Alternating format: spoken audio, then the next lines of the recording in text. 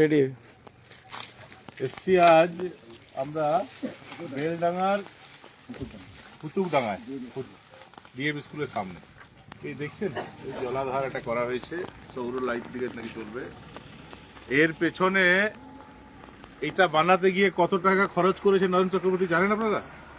পাণ্ডবেশ্বর বাসীরা জেনে রাখুন, এটার পেছনে নরেন চক্রবর্তী খরচ করেছে 58 লাখ টাকা। মানে আরো 42 লাখ হলে 1 কোটি হয়ে যেত। 58 লাখ টাকা, 8 লাখ টাকা খরচা নেই তাতে, এবং সেটাও চলে না, সেটাও শেষ। 58 লাখ টাকার মানে 8 লাখ টাকা খরচা করেছে, 50 লাখ টাকা ওর পেটে গেল, আগে থেকে চলে গেল ওর পকেটে। আর এই 8 লাখ টাকাও কোনো কাজে লাগছে না, দেখুন।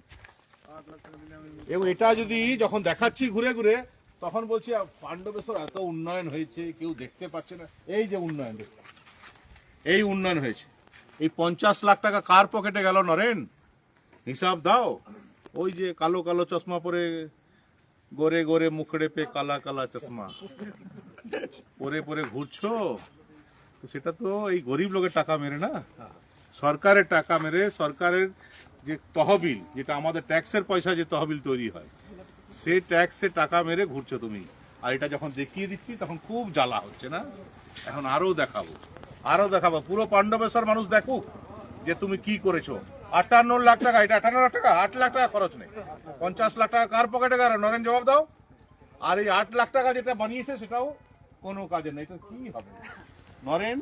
তুমি তো মিনারেল ওয়াটার খাও না, মানুষ জল পাক না পাক তোমার কি গেল? আর তোমার আমচা চামচারা কালকে বলবে এই দাদা এত যখন ডাকি তখন পাই না, যখন ডাকি তখন পাই, টাকা নিয়ে চলে যায়, যখন বালি, হ্যাঁ টাকা নিয়ে চলে যায়। বালি ঘাটে যখন ডাকি তখন চাই, নরেন দাকে। কয়লা যখন চালাবার থাকে, যখন ডাকি তখন পাই, কাকে? নরেন দাকে। বেআইনি লটারি যখন চালাবে, যখন ডাকি তখন পাই, কাকে? নরেন চক্রবর্তী। আর ভাই এসব চলবে না।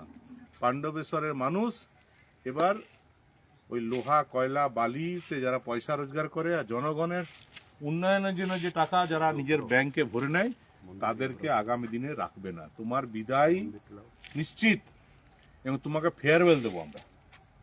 নরেন চক্রবর্তী, কোনো ভোটের পর কোনো অশান্তি হবে না পাণ্ডবেশ্বর।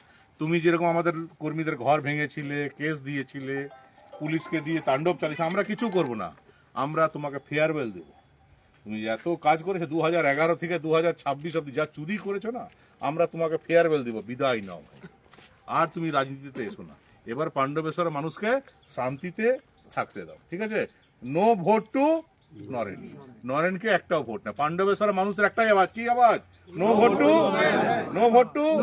আর যারা তৃণমূল কংগ্রেস করছেন তাদেরকে বলছি, আপনারা তৃণমূল কংগ্রেস করছেন করুন, মমতা বন্দ্যোপাধ্যায় জিন্দাবাদ বলছেন বলুন, অভিষেক বন্দ্যোপাধ্যায় জিন্দাবাদ বলছে বলুন, কিন্তু ভোটটা নরেনকে দেবেন না।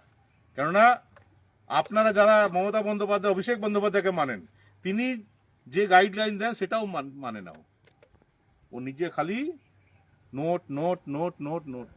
তো আমাদের বিজেপি কর্মীরা তো ভোট দেবেই না, কিন্তু যারা তৃণমূল কংগ্রেস কর্মী আছেন, যারা সমাজ পরিবর্তনের স্বপ্ন দেখেছেন, তাদেরকেও বলছি আর নরেনকে ভোট দেবেন না। করুন, টিএমসি মিছিলে ঘুরুন, মিটিং এ ঘুরুন, কিন্তু ভোট কাকে দেবেন? বিজেপিকে। নরেনকে হারাতে হবে, হবে তো? ভারত মাতা কি, ভারত মাতা কি, ভারত মাতা কি। ধন্যবাদ।